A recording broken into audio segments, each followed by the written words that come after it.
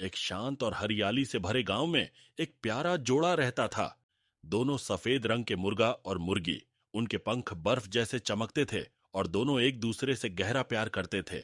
वे हर सुबह साथ उठते, खेतों में घूमते, दाने चुगते और गांव के बच्चों के साथ खेलते। राजा बहादुर था और रानी बहुत समझदार। दोनों का सपना था कि वे कभी एक ऊंची पहाड़ी पर जाकर सूरज की पहली किरण को अपने पंखों से छुएं। लेकिन उनके इस सपने को गांव का पुराना नियम रोक रहा था। किसी भी मुर्गे मुर्गी को गांव से बाहर उड़ने की अनुमति नहीं।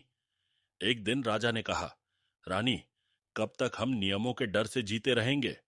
अगर हम अपने सपने के लिए न उड़े तो जीने का क्या मतलब? रानी मुस्कुराई। तो फिर उड़ते हैं राजा, साथ साथ, चाहे जो भी हो। अगली सुबह दोनों उड़ान भरते हैं। गांव की सीमाएं पार करते ही उन्हें महसूस होता है जैसे उन्होंने किसी अदृश्य जंजीर को तोड़ दिया हो।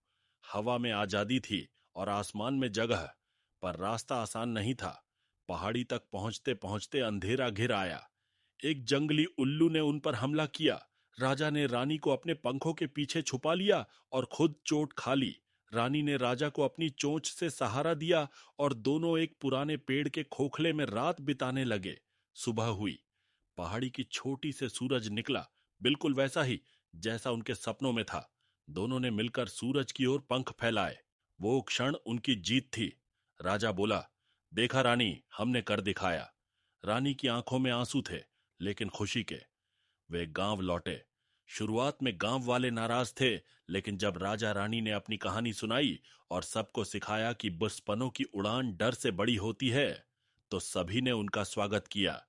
आज भी जब कोई बच्चा गांव में डरता है, तो उसे राजा और रानी की उड़ान की कहानी सुनाई जाती है। और वाकई, वो सिर्फ मुर्गा मुर्गी नहीं थे, वो साहस, प्रेम और आजादी की मिसाल बन गए।